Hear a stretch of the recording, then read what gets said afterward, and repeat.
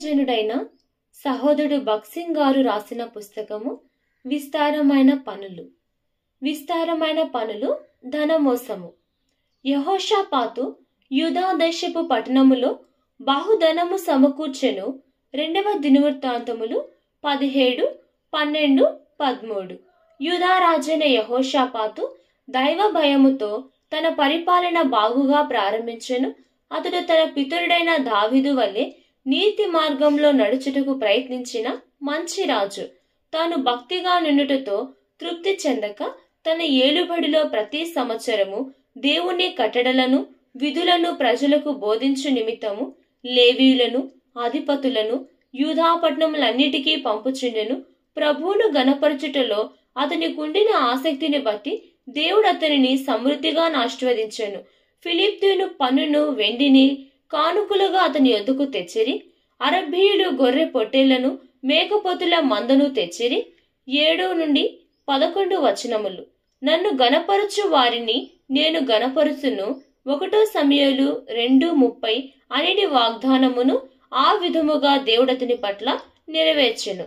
దేవుని ఆశీర్వాదము యెహోషాపాతు మీద నిండుట వలన కలిగిన ఫలితములలో ఒకటి సంతానాభివృద్ధి. యెహోషాపాతు క్రమేణా దాత మీద నుండి దానము మీదికి తన దృష్టిని మరల్చెను. ఈ ధనాపేక్ష క్రమేణా అతని జీవితంలో స్థలమును ఆక్రమించుకొని అతని ఆత్మను అణచివేయనారంభించెను. ధనాపేక్ష విషయంలో మనము కూడా చాలా జాగ్రత్తగా నుండవలెను. ఇహలోక ఆస్తిపాస్తుల ఎడల ప్రీతి ఎంత యుక్తిగా తెలియకుండానే మన జీవితంలోనికి ప్రవేశించును. శత్రువు మన బలహీనతలను ఎరుగును. ఆశీర్వాదములలో నిమగ్నములై అజాగ్రత్తగా నున్న ఎడల సమయమును అవకాశముగా తీసుకొని శత్రువు జీవితంలోనికి ప్రవేశించును. అనేక సంవత్సరములకు పూర్వము బళ్ళారి సమీపమున ఒక ఫ్రాన్సు దేశము ఇంజనీరు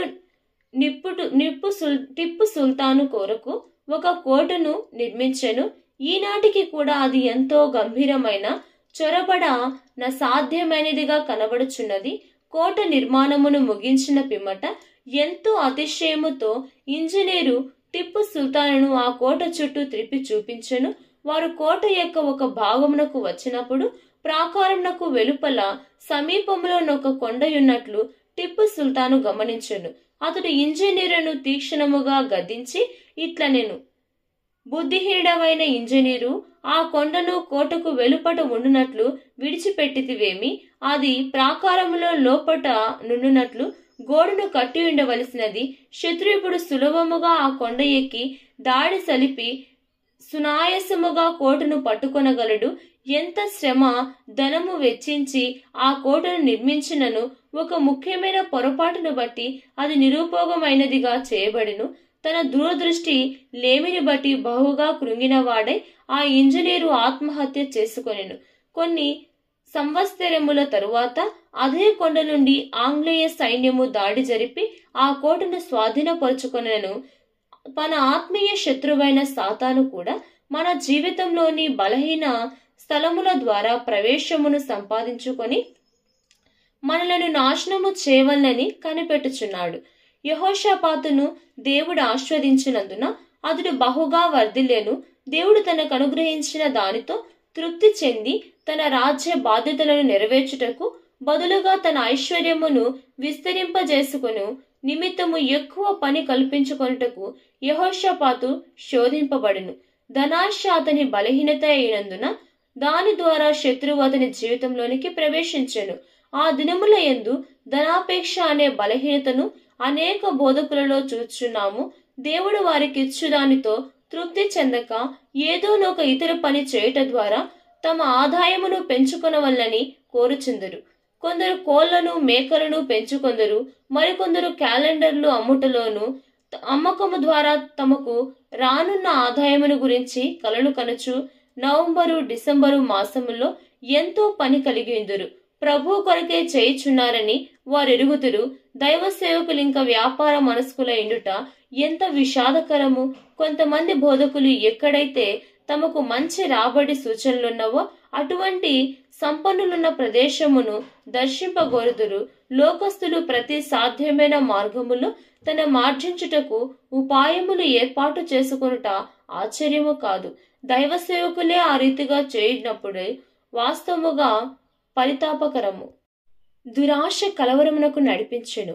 2వ దినవృత్తాంతములు 17వ అధ్యాయము 14వ వచనము నుండి 19లలో యెహోషాపాతు సేవించిన అధిపతులను సైనికులను గురించి చదువుచున్నాము. వారు పరాక్రమశాలులేగాక దేవుని ప్రేమించి ఆయన సేవించగోరిరి. యెహోషాపాతు సేవించుటకు తమ్మును తాము ఇష్టపూర్వకంగా అప్పగించుకొని నంతటి దైవభక్తి కలిగిన వారని వీరిలో కొందరి విషయము లేఖనం చెప్పుచున్నవి. వీరు దురాశ గలవారు కారు. వీరు తమ రాబడితో ఎప్పటికీ తృప్తి చెందక ప్రతి సంవత్సరము సమ్మె చేయు ప్రస్తుత కాలపు ప్రభుత్వ ఉద్యోగుల వంటి వారు కారు.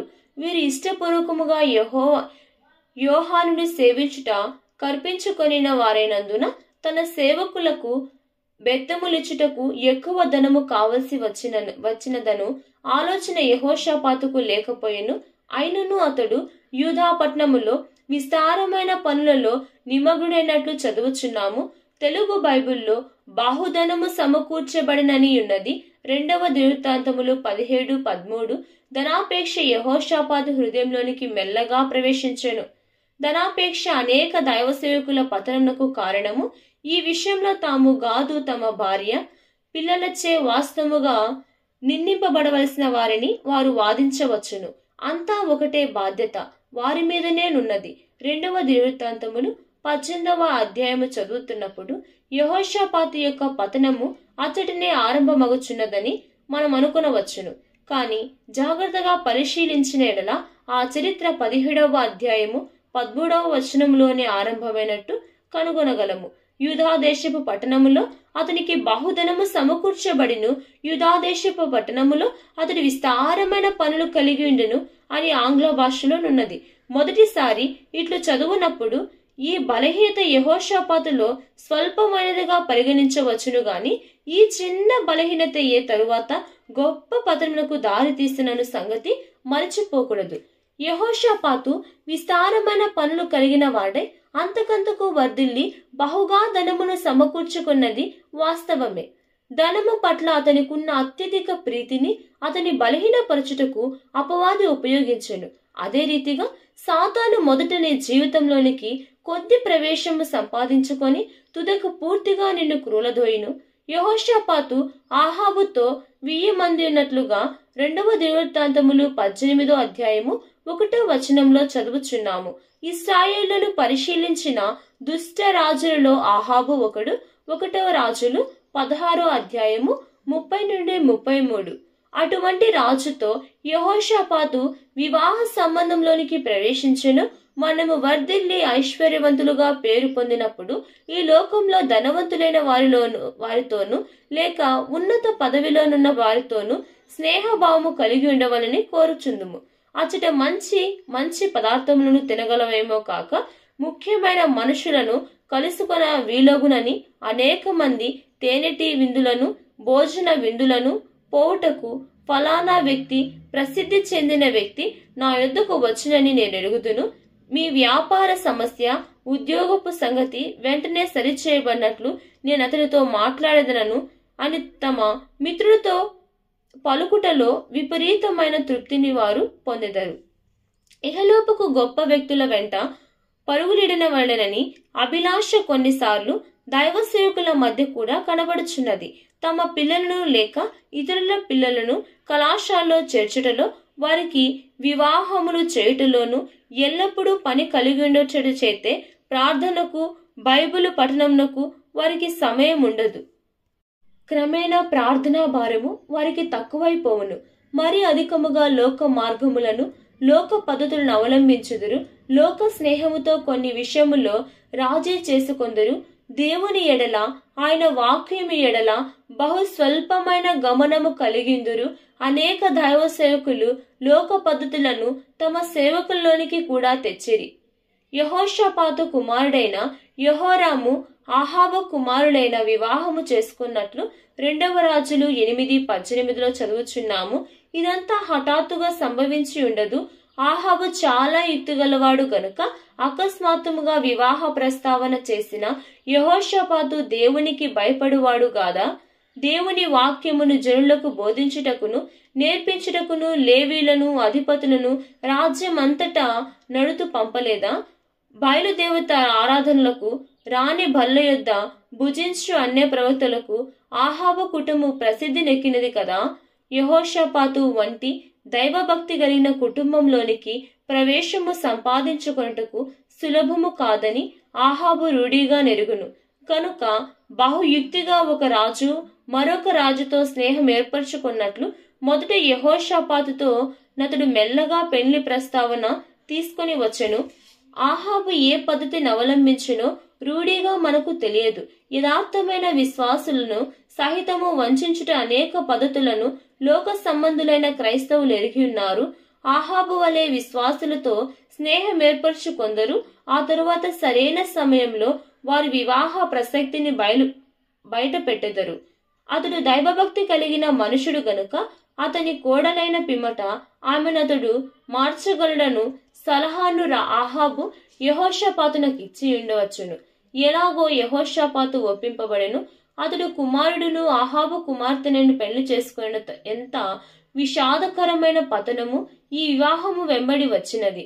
యెహోషాపాతు ఎంతో ప్రేమను ఆసక్తిని దేవునియెడల ఆయన వాక్యము ఎడలను కనుపరిచిన తరువాత ఇప్పుడు ఈ వివాహము పతనమును తెచ్చినది. దురాశ అధోస్థితికి నడుపును. వివాహము తరువాత ఆహాబు సమరయలో విందునకు యెహోషాపాతును ఆహ్వానించెను. 2వ దినవృత్తాంతములు 18వ అధ్యాయము 2ను చూడుము.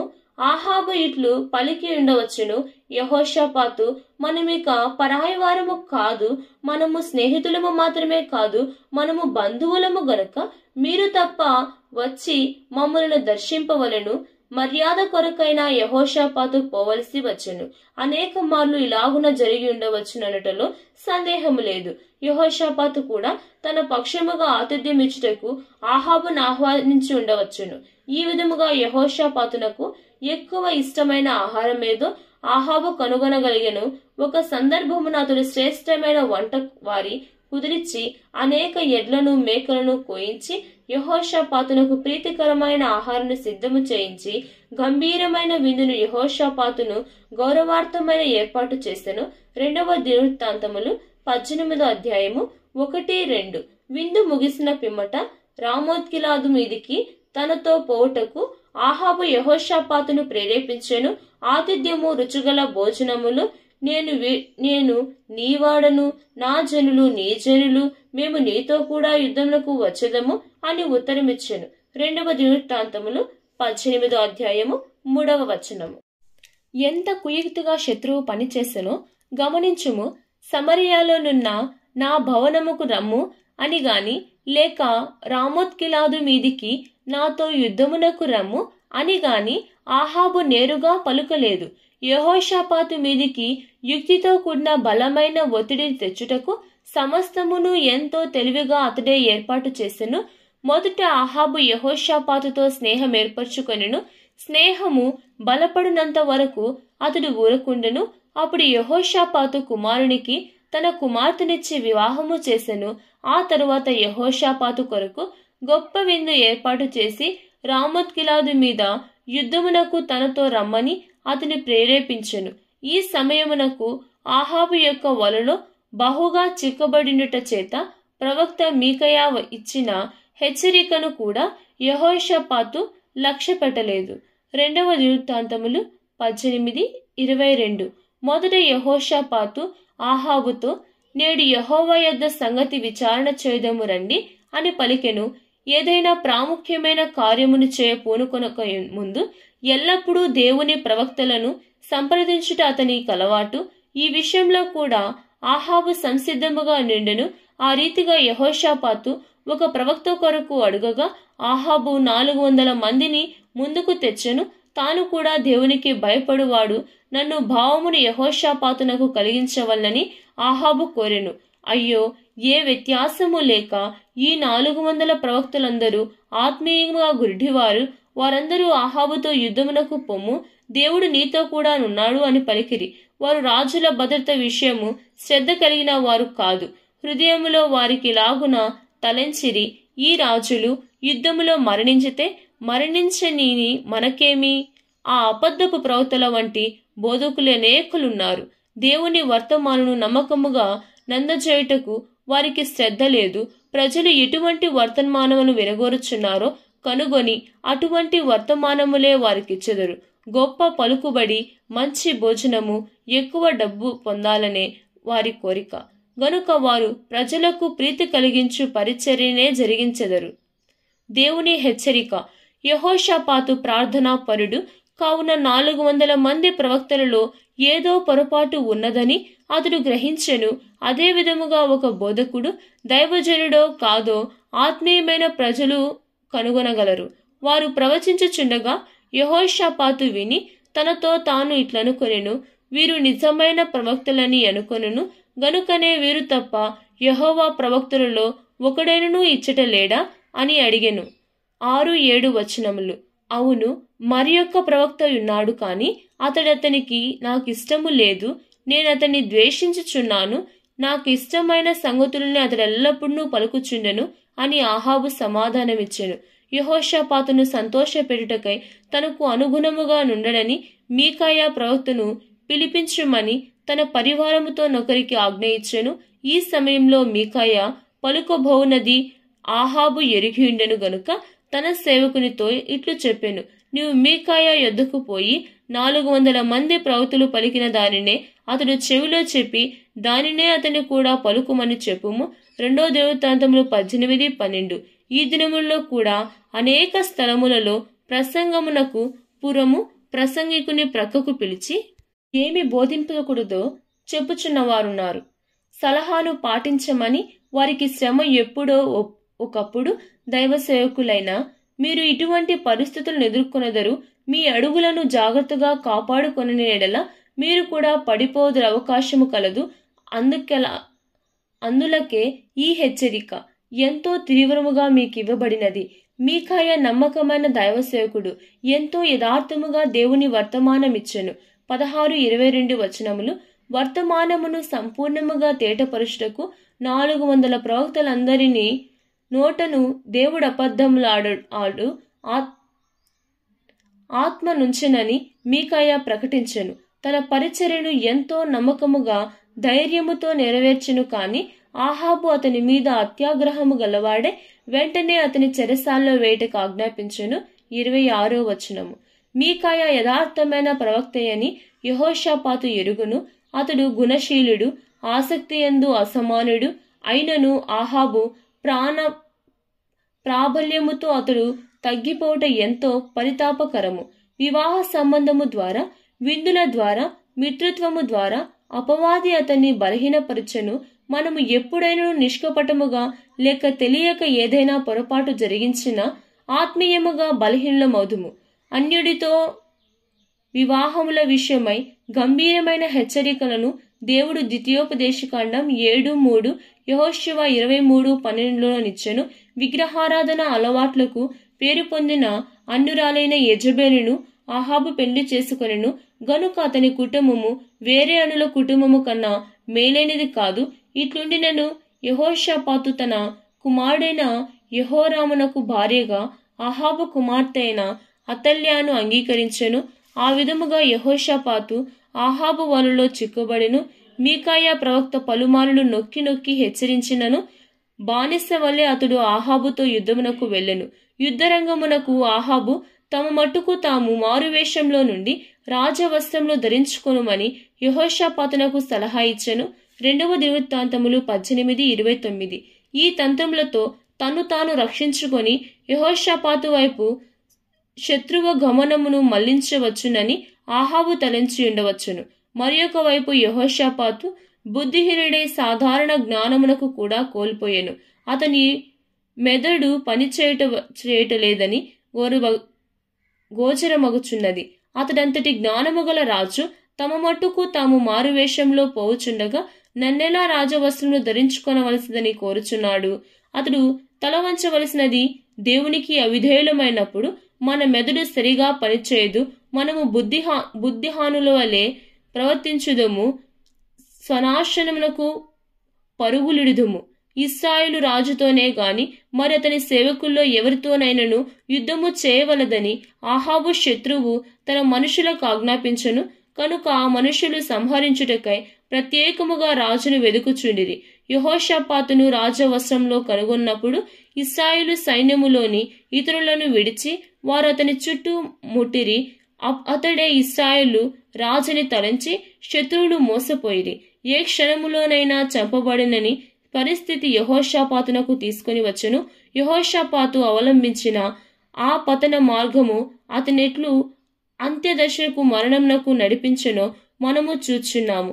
ఏ క్షణములోనైనా అతడు చంపబడి ఉండవచ్చును. దేవుడు క్షమించుటకు కనికరముతో కనిపెట్టుచున్నాడు.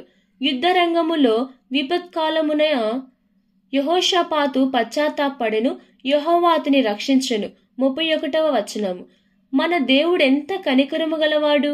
అతని జీవితంలో ఎంత గ్రుడ్డితనమును నష్టమును కలుగజేసిన అహాబు యెజెబెలుల ప్రాణబల్యమునకు లోనైనప్పటికీ యెహోషాపాతు దైవజనుడే కనుక యెహోషాపాతు యెహోవాకు మొరపెట్టగా యెహోవా అతని రక్షించెను.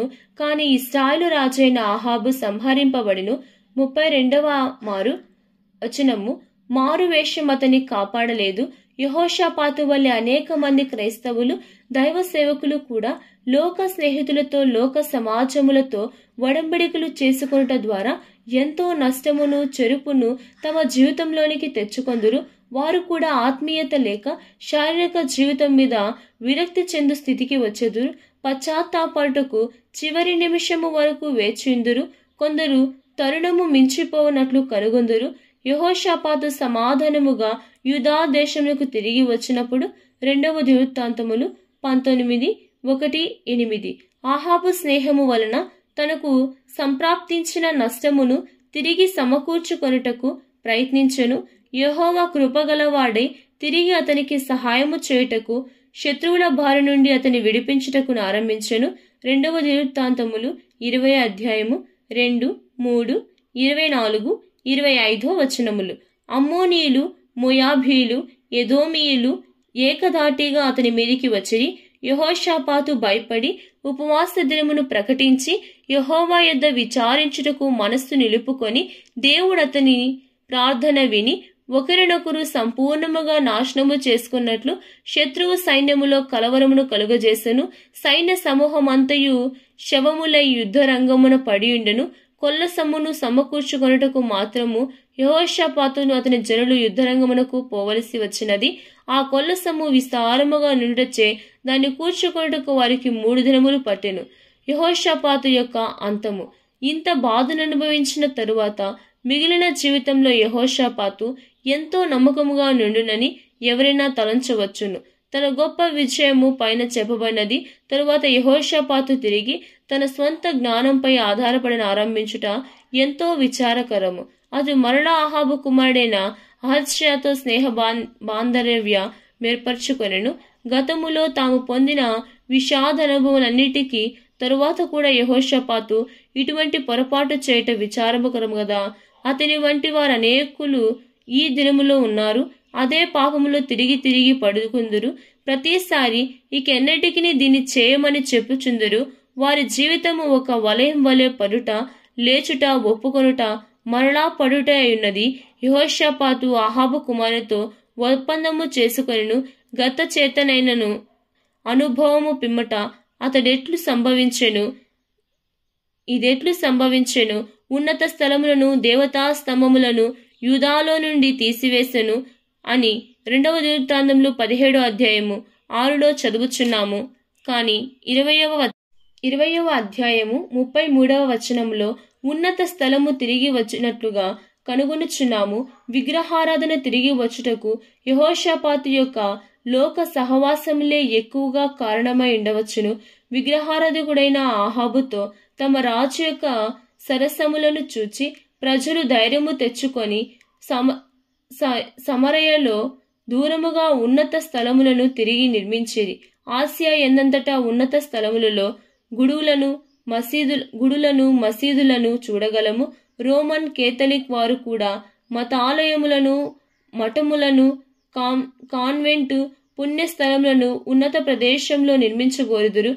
గుంపులుగా ప్రజలు ఉన్నత స్థలమునకు యాత్రలు చేసి కష్టములు ఆదుకొనని నమ్మి మ్రొక్కుబడులను చేయుదురు. ఉదాహరణకు, సంతానము లేని వారు ఇటువంటి స్థలమునకు వెళ్లి మ్రొక్కుబడులు చేయుట ద్వారా తమ కోరిక నెరవేరునను నమ్ముదురు. రాజైన యెహోషాపాతు తన పరిపాలనా ప్రారంభంలో ఉన్నత స్థలములన్నిటినీ తొలగించినను ఇప్పుడు ఆత్మీయముగా ఎంతో బలహీనుడై వాటి నుండవచ్చును. అతని జీవితంలో ఇది ఎక్కువ అంధకారమును తీసుకొని వచ్చినది. దూర ప్రదేశముల నుండి బంగారము సమకూర్చుటకు ఓడలను పంపుటలో తమతో భాగస్థునిగా చేయమని బలవంత పెట్టిన అహజ్యాతో తన స్నేహమును బలపరుచుకొనెను. అటు రాజైన యెహోషాపాతు తన పరిపాలనను బాగుగా దైవ భయముతో నారంభించుటయు తుదకు తన జీవితమును సంపూర్ణముగా భంగము చేసుకొనుటయు చూచున్నాము. అతని జీవితంలో చొచ్చి క్రమముగా వ్యాపించి బలహీనపరిచి పతనమునకు నడిపించిన ధనాపేక్షే దీనంతటికీ కారణము. హెచ్చరిక పొందుదుముగాక.